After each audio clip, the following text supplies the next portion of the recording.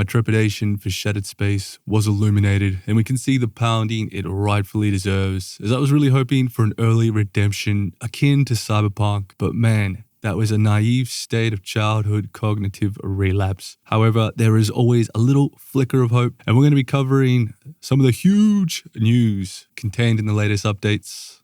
I only jest, it's a tiny update for Ants, but the deployment also syncs with a new official vehicle and quest line. And for some, this update is going to be absolutely huge, as Bethesda has listened to a highly criticized aspect to modding within Starfield, and that's all surrounding achievements. So there's definitely some exciting news here for many players, particularly on Xbox, which is nice, but more importantly, we take a quick sneaky peek into some of the best paid mods that have dropped recently, as Starfield is still in the top 5 of getting the most weekly mod drops on Nexus, which is still impressive considering it gets ratioed into oblivion. And on that note, it's nowhere near the amount of mods released when compared to its predecessors, but surprising nonetheless. The mods are going to be the biggest and best aspects of Starfield, which will always remain. There's also a bunch of other news we're going to get into, so let's get up to date with everything Starfield since Shattered Space. First, let's start off with the latest and greatest new update that contains fixes for multiple quests, performance improvements, and some of the more important features that we've been desperately needing when it comes to creation and creating quests. So let's dive in. So for starters, on console, Xbox Series X, there's uncapped frame rate option now. That's pretty huge, and just a general performance and stability improvements. Many of us on PC have been getting hit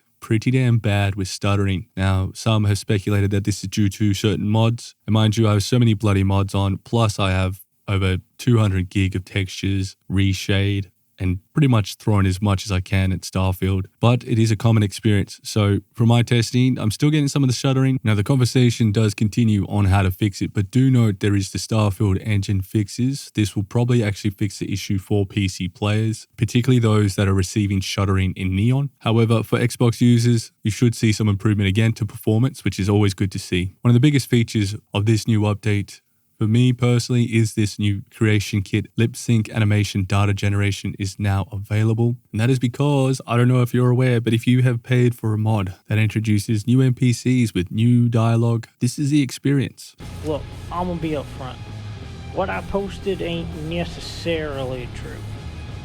I can't fix any of these new age engines. I don't have a clue how to operate these fancy new ships. But I promise your crew needs a guy like me.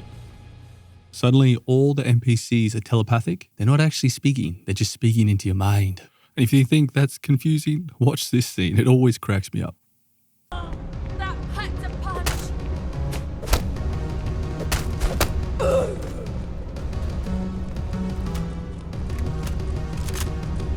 If y'all are what are supposed to be professionals. I mean, what is even going on right now?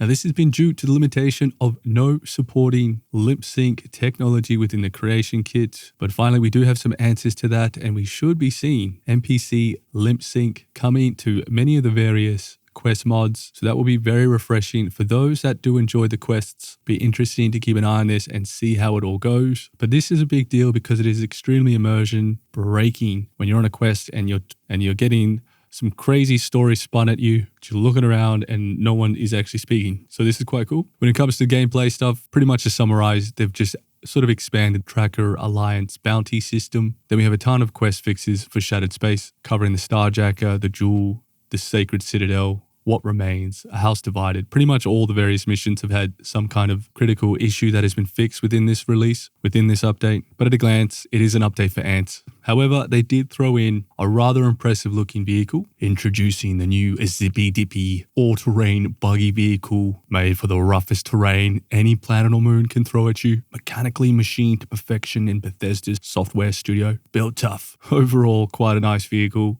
Handles very nicely. Feels a bit lighter when compared to other vehicles. Nothing crazy different about it other than the look, but it is a really nice addition. But you can't go wrong with the rocket launcher. Feels like there's sort of new effects on the trail of the rocket launcher itself. Probably need another mod to boost its damage as it's quite tame, but we have plenty of mods that cover that sort of stuff. Shout out to Shades Vehicle Mod. That guy's a wizard. That will give you all the configurations to your vehicles. Put a link in the description for that one. Then we also have the introduction of a new quest line. Let's take a look. I was 18 when the Colony War started. Cooking fancy meals, it just didn't matter anymore. Now I've been wondering if I've made a mistake. And if so, maybe it's not too late. Maybe I can try and be a chef again. But to pull this off, I'm going to need some help with the ingredients and the guests. And cook a meal. A vindaloo. Oh, Vindaloo. Well, I probably won't be playing this mission, but if someone enjoys it, let us know. Really difficult to enjoy missions in Starfield, personally. That's just me. However, where things get really spicy and juicy is that they've implemented achievement-friendly creations. But there's a few caveats to this. This is only going to be for verified creators, and they won't be retroactive. But let's just break this down a little bit more. So verified creators will now have an option to make their mods achievement-friendly. However, we don't know what will determine this and how it will be applied, if it can just be ticked. But it will mean that we will see many more mods being achievement friendly. Now that's only from verified creators, which if you're verified, you have a nice little tick saying you're verified, and then you have the dirty modders who aren't verified. Only kidding. However, it will mean many more of these mods are going to be achievement friendly, so that's great. However, we do really need to be able to sort achievement friendly as a category. I don't think we have one. In any case, this will mean that many of the more creations will no longer block achievements. Super important for some. Me personally, I don't give a fuck about achievements, but I know many players do. So this is huge for a lot of people. So definitely keep an eye out now for achievement friendly mods, because we'll have existing mods that weren't achievement friendly from verified creators that will now be achievement friendly. However, they will not be retroactive, which means if you've already got them installed and you've been playing Starfield and have that mod installed and it's on your save, it won't magically activate all the achievements that you would have gotten if that mod was not installed. It simply means going forward, if you have been patient or you're starting a new game and you haven't used any mods that break achievements, you can now keep a closer eye on many various mods, install those, and they will not break your achievements. But to be on the safe side, I would still give this a little bit of time just to see how it all works, to make sure it doesn't break your achievements, as some of you worked so damn hard, especially getting some of the achievements in Starfield, which are insanity and very respectable. Can understand why people enjoy it. Now, branching out to some of the more broader news and speculations, there's a big market move in realizing gains of multi-platforming Xbox or PlayStation exclusive games. So in the future, there is a very good chance that we'll be seeing Starfield coming to PlayStation. I would argue much sooner than we expect, as the market is shifting, as the trends do indicate that exclusivity is no longer the be-all end-all. But if you really want some detailed, consistent, great news regarding Starfield, definitely give Richard Presents Starfield Essential channel a subscribe and follow. Excellent information, covers Starfield exclusively, and it's a good place I go to get information about Starfield, so a good resource if you're interested. I'll put a link in the description. Shout out to Richard for making 3K subs. Now moving on to another point that has been expressed a lot on YouTube, so we're just going to touch on it. But beware, when it comes to paid mods on Starfield, there are some that are literal scams and others that are at extremely fair value. Now we'll look at some of the scam mods in a second, and just note these are just some snippets about these mods. If you want full detailed breakdown into these mods, the links will be in the description. I'll try to put them on the right hand side as well, so you can click on that. That will take you to the mod if you're interested. So just a sneaky peek. But when it comes to some of the best mods that you can pay for right now, that released recently, you can go no further than McLaren's Outfitters Legendary Customization by a glorious mod creator pack or group, Wolfpack. Don't know if it's just him, but King Gath, which is very well known within other Bethesda titles for delivering superb mods. And we got their first work dropped into Starfield, and it is a phenomenal, very well priced at 300 credits with potential hundreds of hours, if not a staple, seamlessly integrated into Starfield. Now what this mod does is gives you this very unique and incredible looking jetpack suit armor, and it's glorious with a ton of customization in terms of coloring, different skins for it. But where the real meat of this mod is the legendary swapping system and so much more. Let's take a quick look at this mod. We get to go on a journey. You can think of this mod as if it's just one huge mission, but unlike many of the other missions, this has so many cool gameplay mechanics attached to it. So let's dive in. The mod starts off in Jamison, and you'll notice a new store right near the spaceport, and you'll be able to see it. It is McLaren's Outfitters. Here we're going to find a store attended by 2 robots, Primarily this robot here who will be sorting out all the things related to spacesuits, and then this little guy who will be sorting out all things related to weapons. The mod will initially take you on a few little missions to get the shop up and running. After completing a few little missions and helping building the store build its presence within Starfield, we will be very early on gifted one of these amazing spacesuits, and as you continue, more functionality is added.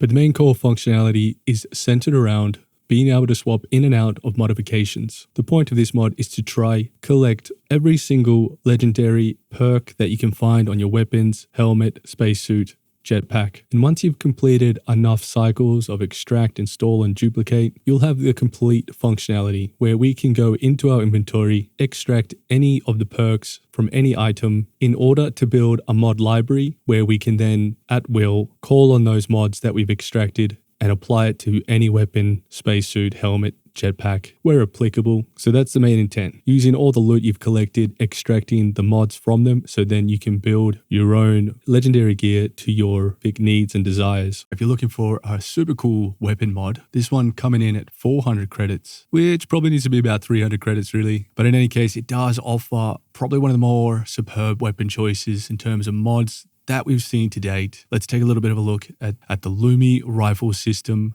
by Bud 200, producing a highly customizable futuristic sniper rifle and an assault rifle for Starfield, giving players a powerful new arsenal designed to replace the standard mag sniper with over 20 modification options and sleek design. This weapon system offers extensive versatility for players who enjoy long-range and precision-based gameplay. As mentioned, there are two variants or two weapons in this mod, the Lumi 10 Sniper 50 cal, and these weapons are very impressive visually, having so many incredible attachments. You just have to take a look at this and just marvel at its beauty. This is your powerful long range and customizable for endgame scenario sniper rifle. Then we have the Lumi 10C assault rifle, equally as beautiful and perhaps even more deadly.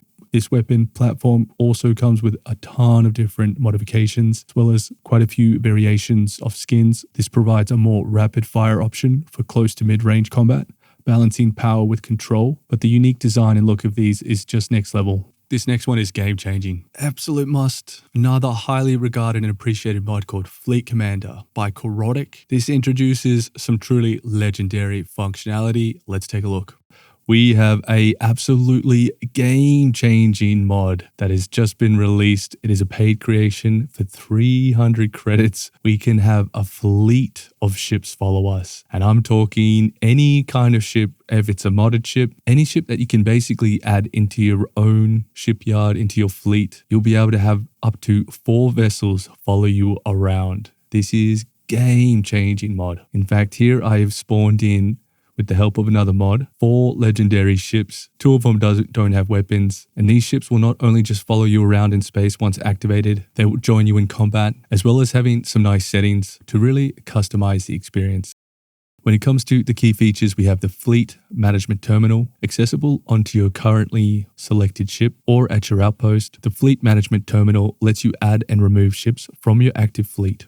In order to add various ships to your fleet, you'll need to build the Fleet Control Terminal within your vessel. It's added to the miscellaneous, and once you've constructed it, you can enter it. And this is where we'll select up to 4 ships. So in this list down here, it's going to show all the various different ships. It will add it to your active ships. If you want to add or remove a ship, you can simply press the button and then press it again. So it's a very simple, straightforward, amazing menu. You can build multiple terminals, so that's nice and handy as well. The fleet vessels will act like escorts, following you through space and jumping into new systems alongside you. The fleet maintains a following distance of around 800 to 1,000 meters and adjusts automatically based on your movements, giving you a realistic sense of having a squadron at your command. So just a quick look at some of the top paid mods, and there's so many others worth noting, especially when it comes to the free mods. They are superb as well, but we cover a lot of those in the other videos. And I was going to shit on some of these scam mods, but we might save that for another video, as it is getting absolutely bonkers ridiculous, even more than what it has been. But anyway, that's pretty much going to sum up this video and the updates. Just a little bit of here, a little bit of there, but thanks very much. Catch you next time.